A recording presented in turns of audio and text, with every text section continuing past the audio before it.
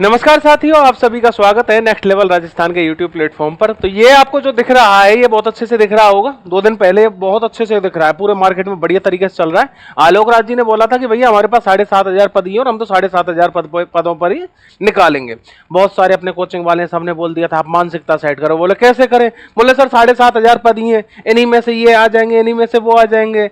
अरे महाराज, जो चीज पहले से तय हो चुकी है, उन्होंने नोटिफिकेशन में जो सारी चीजें लिख दी हैं वो क्यों बदलेंगे? वो समझ में नहीं आता। मतलब राजस्थान का बुरा हाल क्यों है ये तो हमें बहुत बेहतर तरीके से पता चल चुका है, क्योंकि राजनीतिक इच्छा शक्ति की राजस्थान में बहुत ज्यादा कमी हो चुकी है।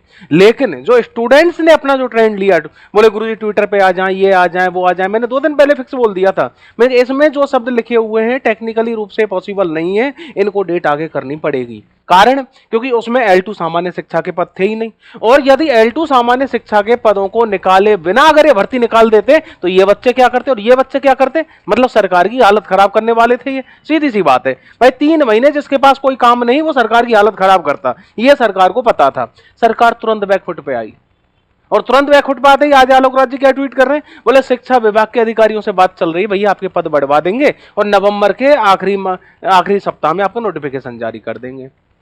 मतलब मैं आपसे देखो शुरू में भी बोला था, फिर बोल रहा हूं, इन लोगों ने यही लाइब्रेरियन में किया था।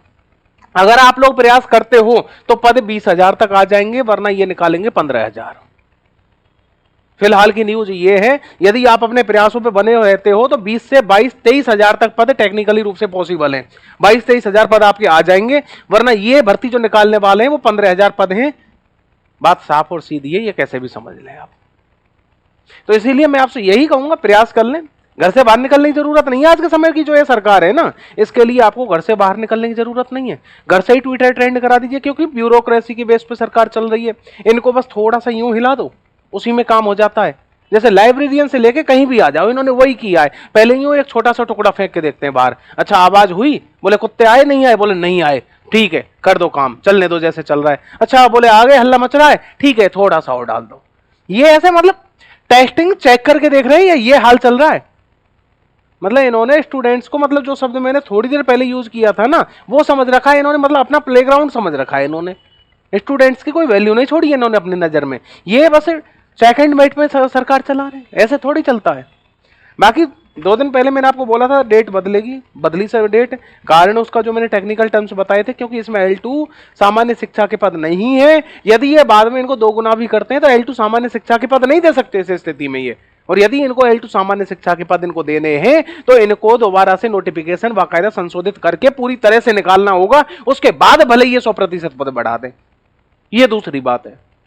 अभी तक क्या निकला है? Short notification. क्या होता है शॉर्ट नोटिफिकेशन? क्या वैल्यू है शॉर्ट नोटिफिकेशन की, मुझे बताओ। अरे नोटिफिकेशन फॉर्म भरने का जो आएगा वो तभी आएगा। शॉर्ट नोटिफिकेशन अमित शाह जी आए, बोले साहब महामहिम जी को खुश करना था, कर दिया। ये था शॉर्ट नोटिफिकेशन। इससे ज्यादा आपके शॉर्ट नोटिफिकेशन की 2 टके की वैल्यू नहीं है। बस यही न्यूज है। इनके शिक्षा विभाग की मीटिंग चल रही है, हल्के मत पड़ जाना, ट्विटर पे जुड़े रहो, सारी चीजें सब इन पे दबाव बनाते रहो, और आगे क्या करना है कैसे करना है। बाकी मैं बोल रहा हूं कि लगभग 22 से 23,000 पद तक संभव है। 22 से 23,000 पद संभव है यदि आप प्रयास करते हो तो, वरना ये निकालने वाले हैं 15,000। अब देख लो आपकी इच्छा है कि क्या करना है आपको और क्या नहीं करना है। छोटी सी सिंपल सी वीडियो है, मुझे लग रहा है आप समझ गए होंगे। बाकी ये कि ट्विटर ट्रेंड वगैरह जैसे ही जरूरत होगी हम चलाएंगे, तो टेलीग्राम चैनल ज्वाइन कर लेना।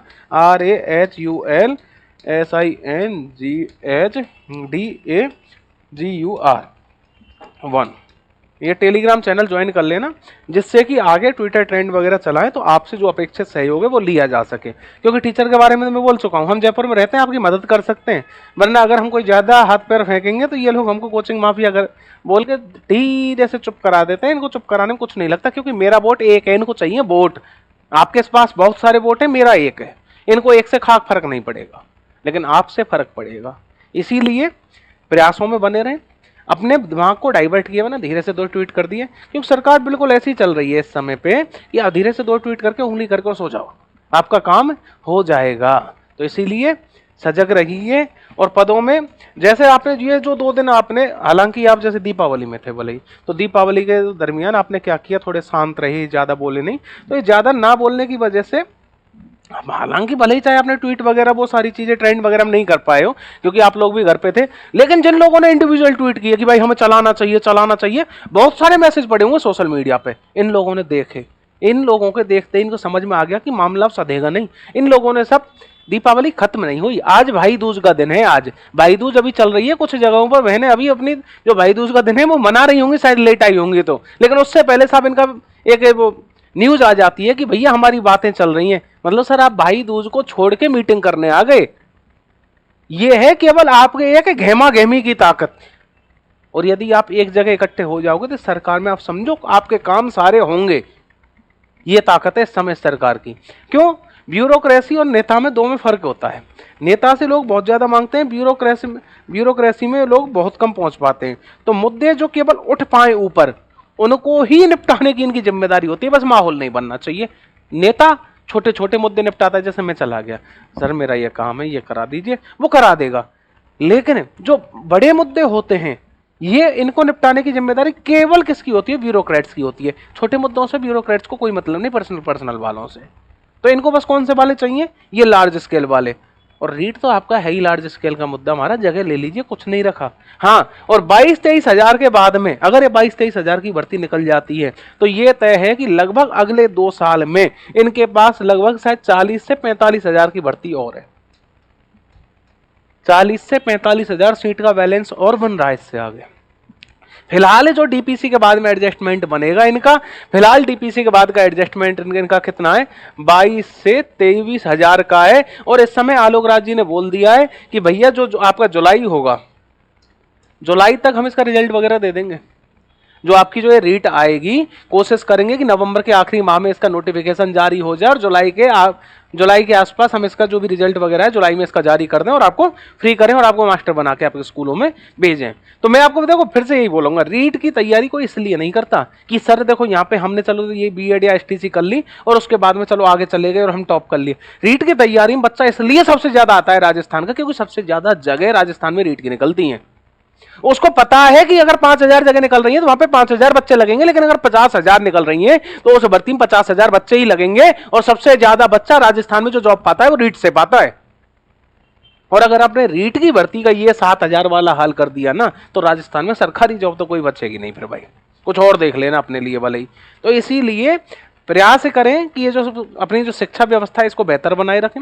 आप जब टीचर बन जाएं तो अच्छे से काम करें। आपके जो पूर्वजों ने किया है ना, आपके बड़े भाई साहबों ने जो स्कूल में जा जाके किया है, इन्होंने इतने बुरे दिन ला दिए हैं आपके कि सरकार को आज भर्ती निकालने से पहले 3 बार सोचना पड़ता है। इन्होंने वो स्कूल बना के दिए हैं तुम लोगों के लिए। इनके पास रीजंस बहुत हैं कि सब ये करवाते हैं वो करवाते हैं। अरे महाराज 50,000 सैलरी ले रहे हो यार, 2 घंटे स्कूल में एक्स्ट्रा नहीं रुकेंगे, क्योंकि इनको पता है हमारे हक के पास 5 घंटे है।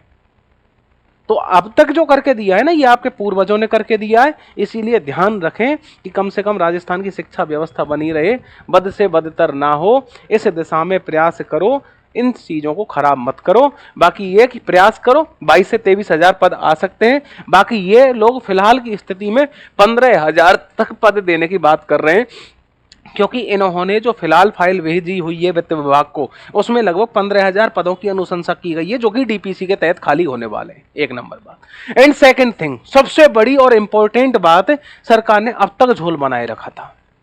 पता है क्या हो रहा है? जो नॉर्मलाइजेशन वाला वो एडिशनल वाला मामला था, मैं इतने दिन से बोल रहा था भाई सरकार वापस ले ले, वापस ले ले। आप बोल रही है सरकार की साहब हम उस केस को वापस ले लेंगे और बोले एडिशनल वालों को नियुक्ति दे देंगे।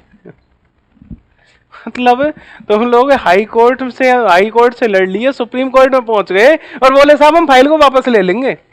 इतने दिन से क्या मतलब है? आपको टाइम खींचना था क्या? केस बनाना था? करना क्या था महाराज? मतलब समझ में कुछ समझो। मैंने कल भी बोला था कि ये लोग 4 हफ्ते का समय लेके आ जाते हैं सुप्रीम कोर्ट से, और अब बोल रहे हैं केस को वापस ले लेंगे।